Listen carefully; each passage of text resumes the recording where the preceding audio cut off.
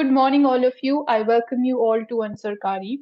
So, today we'll be going through the important news articles for UPSC Prelims and Mains 2023, and we'll be having a look at the Hindu newspaper and the Financial Express. So, let's get started. So, the first piece of information is talking about that Egyptian president is going to be the chief guest for our Republic Day celebrations. And with this, the relationship between India and Egypt becomes important and a potent question for the mains examination. So, having a look at our relationship is based on civilizational and deep rooted people to people ties. And also, we are celebrating our 75th anniversary of establishment of the diplomatic relations between India and Egypt. Also, both the countries, that is India and Egypt, they have been a founding member of the movement of non-aligned non-alignment when it comes to the international affairs during the 1950s. Also, Egypt participated in the India-Africa Forum Summit. Then we are taking new initiatives such as in green energy and renewable energy. And right now we are working upon building a clean hydrogen facility in the Suez Canal Economic Zone. And also, Egypt has been invited as a guest country to the G20 summit that will be hosted by India the next year. Moving ahead,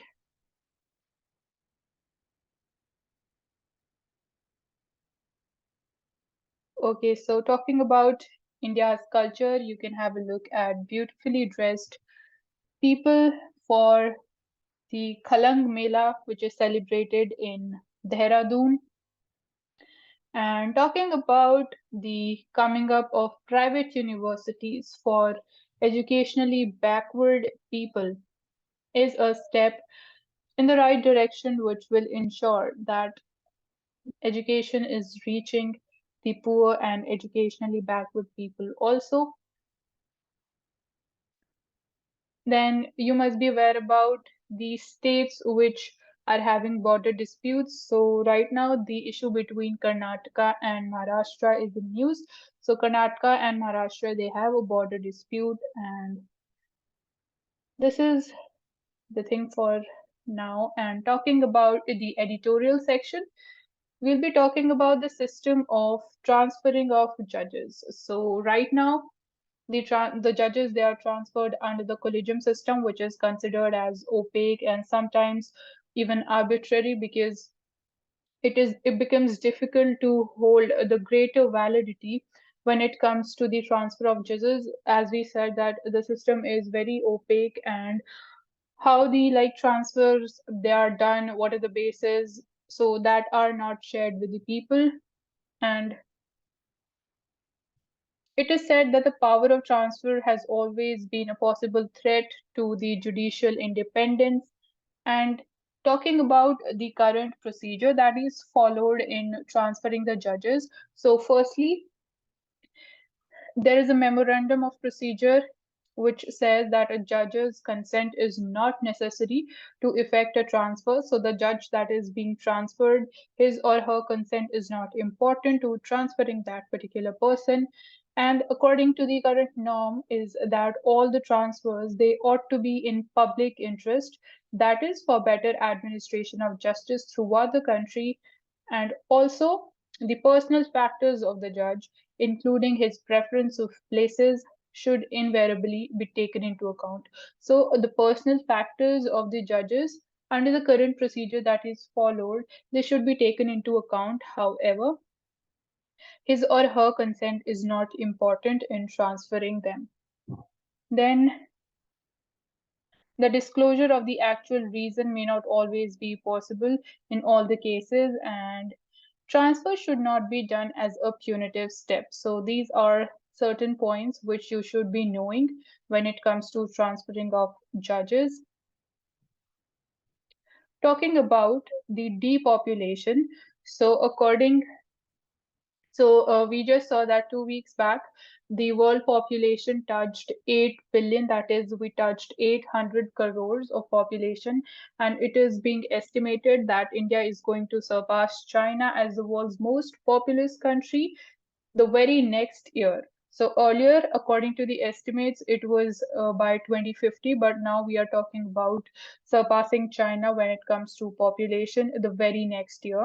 Then the China's population, it has begun to decline, but when we talk about India, our population is expected to grow for another coming 40 years. So looking at the countries of Japan, South Korea, and even Europe, we see that they are experiencing a fall in the fertility rates, nearing the inflection point of population decline. So these economies, these countries are now going to see decline in their population in the coming years, given that India is going to see an increase for the coming 40 years. So what are the elements which are missing in the depopulation strategy as of now includes the equitable sharing of the housework. So all these factors can definitely play a role when it comes to depopulation, which are not accounted for. So the first one becomes the talking about and including the factor of equitable sharing of housework. Second is the access to subsidized childcare that will allow women to have families as well as pursue their desired career. Thirdly is the lowered barriers to immigration. So all these must also be a part of the depopulation strategy and the policies that the nations are adopting.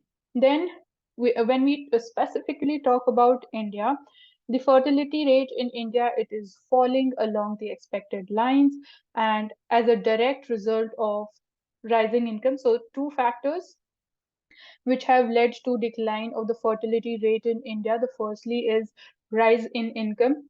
Second is greater female access to health and education. So these are the major two factors responsible for decline of fertility in India. And specifically, when we see the trend, we are now witnessing that the total fertility rate that is now below the replacement rate of fertility. And this can be seen in the states of Kerala and Tamil Nadu. And even these states, they'll be seeing a decline in population when we compare to the states of northern India. And also the working age population of the future, it will skew more towards the northern states of India. So the northern states are not going to see any decline in population as of now in the coming future. And also the states like the UT of Delhi and the state of Karnataka, which are both net recipients of even migrants. And so it is not going to confront any population decline, as I just said. So there are three main challenges to to India first. So first one is the skewed sex ratio, which remains a danger. Second one is the stark differences between the northern and the southern states in terms of their basic literacy level. So as I said that even the reach of education to the female population has played an important role in the rate of decline of the fertility level. So education and literacy is one of the very most important factors which is responsible for decline in the population. So there is a stark difference when we compare the literacy levels between the northern and the southern states in India. First challenge remains the skewed sex ratio. Third becomes a little, we can say, related to a religion, but I don't think so. This can be cited in the mains answer, but here, as we are discussing, so we are just going to see what is the third reason. That is the sharp anti-Muslim tone in the conversation, which has remained even though fertility between both the Hindus and Muslims that is converging. So we mostly blame the Muslim community for the rise in population. However, according to data, that is not the case, and both the Hindus and Muslims, the fertility levels they are converging. So these were the points for the depopulation strategy. Firstly, we had a look at certain data. Then we saw what are the countries who are going to witness a fall in the population.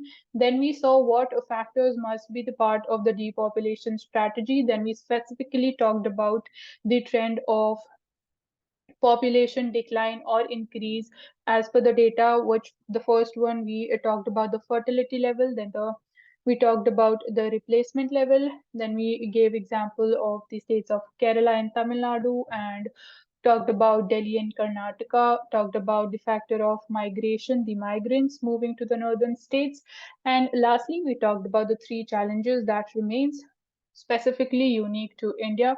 So I would again repeat those challenges. That is, first one was the skewed sex ratio. Second was the difference between the northern and southern states when we talk about the literacy levels.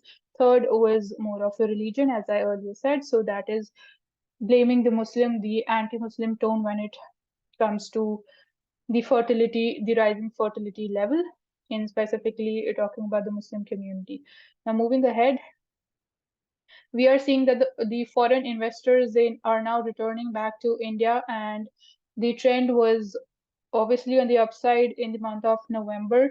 So the foreign investors are seeing some positive prospects in future. So they are taking long positions in the capital market, and they are back on the hope of end of the aggressive rate hikes.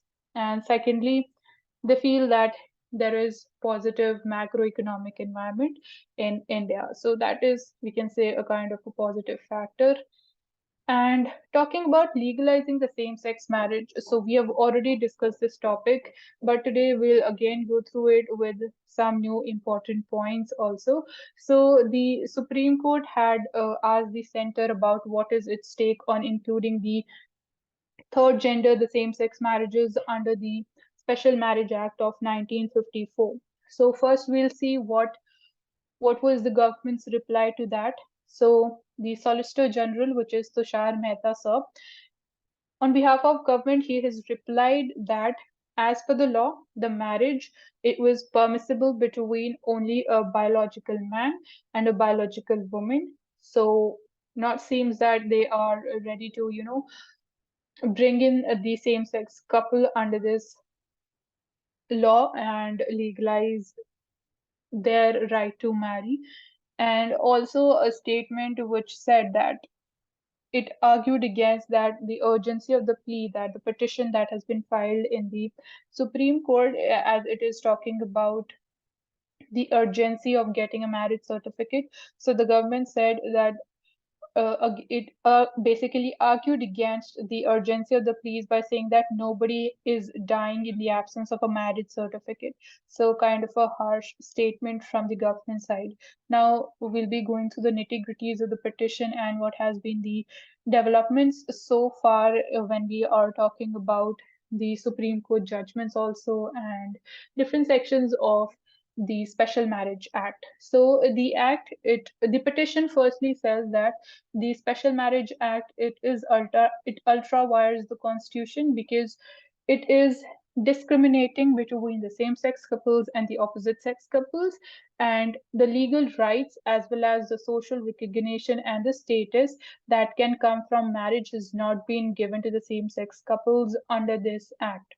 So basically it is discriminating, so that's why it is ultra wires the Constitution. And currently there are a number of legislations which guarantees the right to wages, gratuity, adoption, surrogacy, and so on, which is not available to the LGBTQ plus community, to the citizens, to the people from the third gender. And so, should we make this act gender neutral or not? Let's see whether it will be made so or not in the future.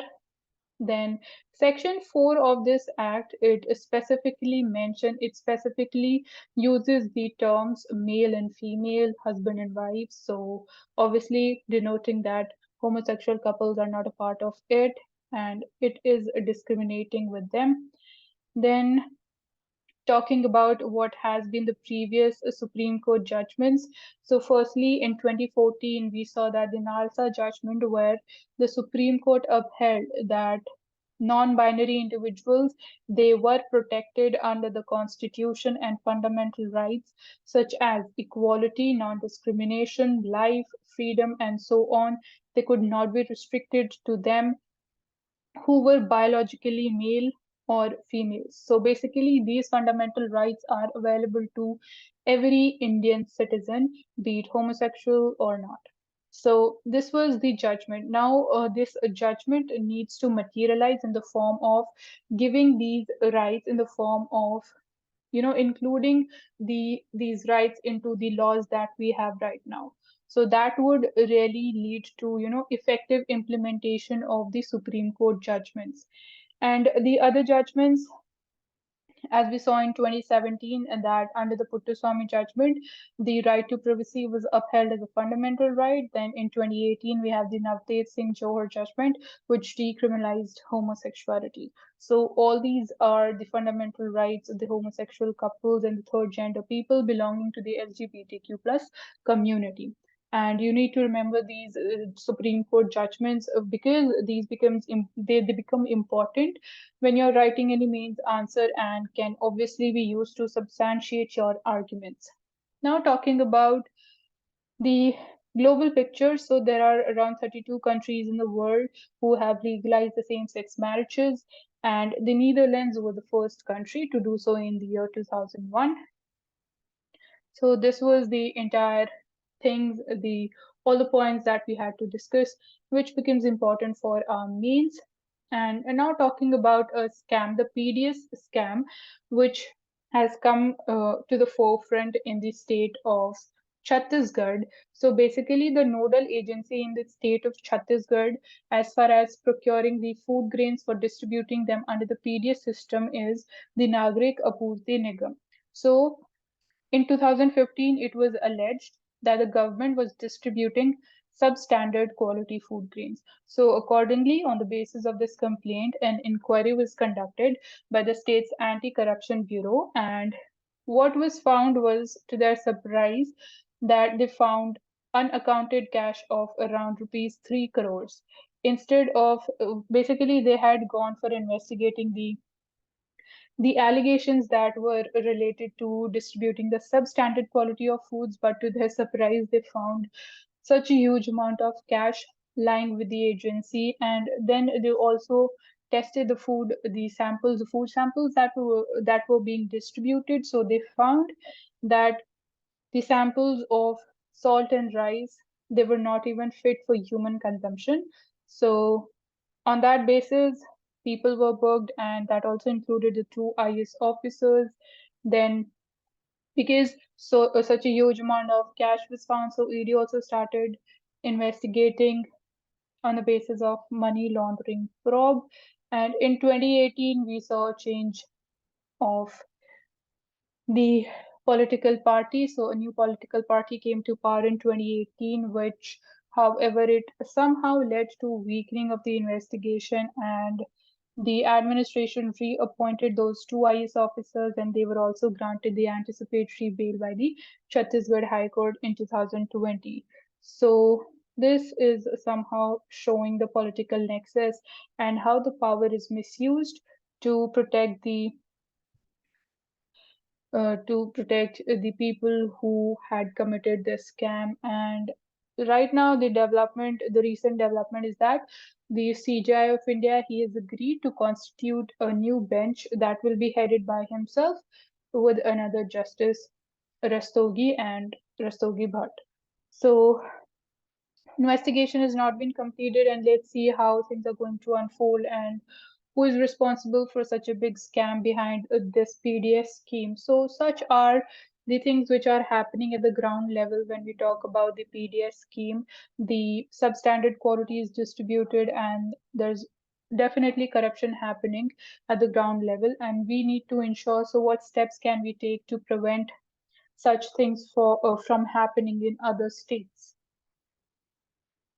Now, talking about a term that is blue bugging. So, blue bugging is basically it is a form of hacking that will let the attackers access a device through its discoverable Bluetooth connection. So because of we do not pay attention to this thing that we leave our Bluetooth at the default setting, that is it leaves our device discoverable by anyone near our device. So that has made our devices vulnerable to such cyber attacks by the people. So we as users, we are obviously using the Bluetooth to connect to different audio devices to our laptops. So that increases our vulnerability, and even iPhones are not safe from this thing. So this entire process of, you know, the hackers using Bluetooth technology to hack the mobile phones and laptops is called blue bugging. And the hacker can listen to the calls, he can record your calls, read and send the messages on your behalf without even touching your mobile phone or your other device that has been hacked. And he can also steal and modify your contacts. So, what can we do to prevent such instances from happening? We can, the first and the safest one is turn off our Bluetooth, not keep it on every time, and disconnecting our paired Bluetooth devices which are not in use, and also keep updating our device system software to the latest version. We need to ensure limited use of the public Wi-Fi that highly makes our devices vulnerable. And the lastly would be using a VPN as an additional security measure. So these are some of the ways which can keep our devices safe. Talking about the old pension scheme, so there are talks of reviving the old pension scheme in few states. So it would be a burden for the future taxpayers because it is going to increase burden on the government. And this will also be a raise question on our fiscal prudence at a time when we need to ensure decline or depletion in our fiscal deficit. So that will be a pressure on our fiscal deficit also. And we need fiscal prudence. We need to ensure fiscal prudence to promote a sustained economic growth. So these are some of the concerns when we are talking about the pension scheme. And talking about the national pension system, so the employees they contribute 10% of the basic salary towards their pension, while the state government contributes 14% of the same. So that's how the national pension scheme is working. And okay, so talking about a trilateral bilateral training exercise between India and Australia, which is named Austra Hind 2022, is to be held. So this can come in PT asking that Austra Hind is a bilateral exercise between which country? So that is with Australia, and this is going to happen in Rajasthan. Then okay, so since Bangladesh has also been invited as a guest country to the G20 summit the next year, so now the India-Bangladesh relations also becomes important, and this can be asked in mains. So we'll be having a look at what are the developments that we are seeing as far as Bangladesh is concerned. And we also talked about before that Bangladesh is now aiming to become a $1 trillion economy. So it is seeking more energy from India, and also it is like focusing more on strengthening its ties with Russia. So we see that India and Bangladesh they have agreed to a number of energy projects, and the important one is the high speed diesel pipeline.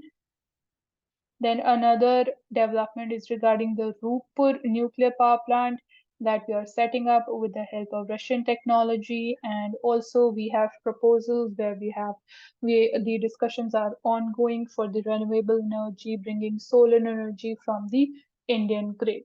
So basically we are focusing more upon the energy sector on renewable energy. So you must be aware that Hornbill Festival is celebrated in the state of Nagaland. This can be asked in PT. And okay, so a UNESCO Asia Pacific Awards for the Cultural Heritage Conservation has been awarded to the Mumbai Museum Restoration Project. So the museum was the 100-year-old Chhatrapati Shivaji Maharaj Vastu Sangrahalaya, which is located in Mumbai. So for its restoration, it has been awarded this Asia Pacific Awards for the Cultural Heritage Conservation. So talking about the architecture of this museum, it is Victorian Gothic and Art Deco ensembles are found there. And it is also a World Heritage Site. So before, earlier, like it had a different name. So in the year 1922, it was established as the Prince of Wales Museum of Western India. So even this name can come in PT, and you should be knowing that it is a Chhatrapati Shivaji Museum, which is located in Mumbai. So that is it from the Hindu. Now let's just take up the Financial Express.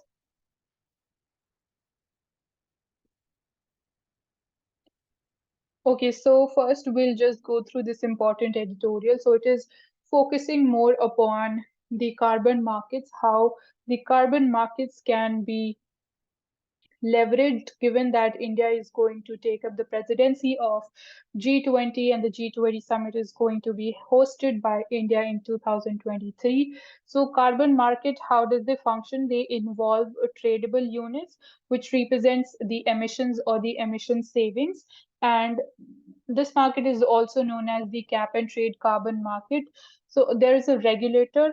Most often it is the government who acts as a regulator which determines what would be the permissible emission allowances, which is termed at the cap, and which are then realized to the market either for free or at a charge. So government acts as a regulator.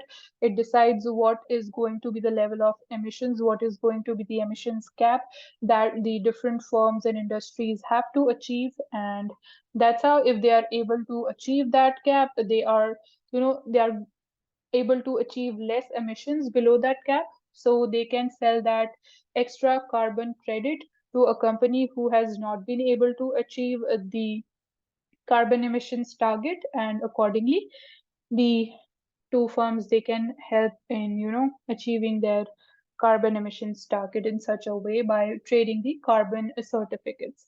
So we need to ensure, so these carbon markets, the mechanism, the way they function, that ensures the implementation of the polluter pays principle, and which, but it also helps in achieving the sector specific emission goals also, and establishes a market which discovers the carbon price. So the market forces of demand and supply, they discover the carbon price, they help in achieving the sector specific emissions, and they also fulfill the polluter pays principle. So who's going to pollute, who's going to surpass the permissible carbon emissions, they are going to pay a hefty amount for that. So these are basically three things, the three positives that the carbon markets are able to achieve. And so there are currently over 40 functioning carbon markets across the world, and the largest ones are in is named as the European Union Emissions Trading System. And there are even markets which have national, regional jurisdictions, and even city level jurisdictions also. So as I told you, EU has one of the carbon markets, and then specifically talking about India, what are the schemes, how the carbon market is functioning in India. So we came up with a renewable energy certificate scheme in the year 2010, which was based on a renewable energy purchase obligation for electricity distribution companies. So it basically was about discoms.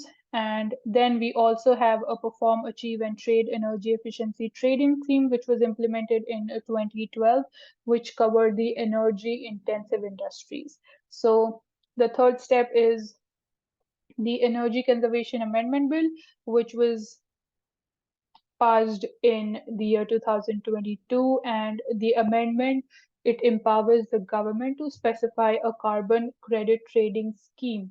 So specific scheme for carbon trading, the power has been given to the government under this amendment. So these are the three major initiatives that India is taking as far as the carbon trading is concerned. And to enable a quicker adoption in the developing countries, the next G20 summit can play an important role and anchor role in two ways. So the first way can be setting up a knowledge and experience sharing platform. So the countries who have been successful in establishing efficient carbon trading markets, they can share their experience and the technology, how the things are being functioned in their carbon trading markets. So that can be shared on the G20 platform, which can help the developing countries to work on the same lines. And second way can be through creating a framework for interlinking of the carbon markets across the countries. So the next G20 summit can definitely play an important role in these two ways when we are talking about the carbon trading markets. So looking at this bar diagram, you can see that the corporate profits they picks up after the COVID-19. So it is showing that the economic activity is growing, and we are coming out of the economic impacts that we had witnessed and felt because of COVID-19 pandemic. So we'll just taking up another important news article. Okay, so talking about the GST Council meeting, which is expected to meet at least once every 3 months. However, it is not meeting periodically, so that is one of the concerns. And the next GST Council is going to happen on 17th of December. So there are two issues that it is expected to discuss. First one is regarding the one taxation for the online gaming and horse racing in casinos, and another would be regarding the GST appellate tribunal formation. So let's see how the things are going to unfold in this GST Council meeting. And talking about the groundnut sector, so basically the largest producers in India is the state of Gujarat, followed by Rajasthan, Tamil Nadu, Andhra Pradesh, and Karnataka. So I'll repeat: the first one is Gujarat, the largest producer in India of groundnut. Second, Rajasthan. Third is Tamil Nadu. Fourth is Andhra Pradesh, and fifth is Karnataka. So basically, now we are seeing that the production has fallen, and with that, definitely with less supply, prices are bound to go up. And you also should know that the groundnut is covered under MSP. And now we are also witnessing, given we have less supply, the prices are bound to go up. Also, at the same time, we are seeing an increase in demand from the oil millers and the groundnut seed processors who basically produce the groundnut oil. And also, we are witnessing an increase in the export demand for the groundnuts. So this is going to put more pressure on the groundnut prices. Also, the most of the farmers in Gujarat, they are now shifting from groundnut cultivation to the cotton. So everything is working against the prices of the groundnut. So the prices are definitely going to go up in future and even for the current season. So highway sector, it has most number of delayed projects, which increases the pressure of cost and then leading to providing more funds for the completion of these projects by the government, which leads to increase in fiscal deficit. And however, this increased cost it could have been used for other rational and more, we can say, more productive economic activities, if not here. But since we are witnessing the most delayed number of projects in the highways sector, so we need to ensure the timely completion with a proper timeline and plan in place. Now, talking about the job creation, we are seeing the job creation, it slows down after uneven recovery. Look at the bar diagram. We just few days ago we had a discussion that the unemployment rate has fallen to 7.2%. If we talk about the July to September period 2022, and it has been steadily declining. So this is according to the periodic labor force surveys data, which is showing for the people above 15 years. So it was earlier 9.8% in 2021 during the same period, and now it has declined to 7.2%. So in 1 year, it has declined to 7.2%. Then we see that the bottom line that we are talking about here is that there had been a decline in the unemployment rate after the pandemic has abated, and now we can witness there is a possibility that we may see it again rising up. So unemployment can definitely go up in future given the economic situation and the predictions that we are having for the global slowdown in the coming year. And we also see that this is one positive development, that the demand for work under the MG Narega has declined. So when we say that the demand for work under the scheme has declined, so the next thing that should come to your mind is that the people are now depending more on the agricultural sector. So basically, job creation is increasing in rural areas and employment is increasing in the agricultural as well as the non farm activities. And This can be because of normalization of the rural economy post the COVID-19 pandemic. So, right now, the situation is good. The unemployment rate has been falling steadily, but we are talking about the future that it might begin to rise again. So, we must be prepared for that situation. Talking about fertilizer subsidy, we already had a discussion about this also, but today the data is different, so we'll be discussing this again. So if you look at this graph, you will see that the quantum of subsidy bill has kept on increasing and it has reached rupees 2.5 lakh trillion, and sorry, it is 2.5 trillion rupees. So here, the cost of fertilizer, specifically urea, has increased because the factors that plays an important role in its cost of production, that is the LNG, that is the liquefied natural gas, its price are rising. So that's why the subsidy bill is definitely going to go up because the prices of urea will increase because of its cost of production, and the natural gas accounts for almost 85% of the cost of production of urea. And to deal with this situation, the government has come up with an idea which proposes that the state run GAIL, that is owned by the government of India, to procure the fuel, that is LNG, on behalf of the Indian companies under the short term contracts. So that can help in relieving the pressure and giving some relief to the sector as of now. And looking at the prices, so farmers, they are buying urea at a fixed price of rupees 242 per bag, which is of 45 kgs, whereas the cost of production stands at rupees 2650 per bag. So whatever is the difference now, when you subtract, that becomes the amount of government subsidy which it is providing to the fertilizer units. So that is the situation as of now, and we'll see how the prices of LNG are to be controlled. Okay, now talking about the government, the Competition Commission of India coming up with the competition guidelines for the e-commerce firms to restrict the market dominance in the sector and to deal with the monopoly and the duopoly and ensure that there is fair competition in the market. So the guidelines are going to be talking about the merger and the acquisitions between the two e-commerce firms, and also if we look at the malpractices which are going on in the market as far as the e-commerce firms is concerned, we see that there is practices of predatory pricing, there is deep discounting, there is preferential seller listing, and there is exclusive partnerships against the Flipkart and Amazon, which are the big players in the market. And right now, when we look at the legislation that we have to deal with such instances, so first one is the information technology rules to regulate the social media platforms like Twitter, Facebook, Instagram. And also there are certain regulatory guidelines for the over-the-top platforms like Netflix, Amazon Prime also.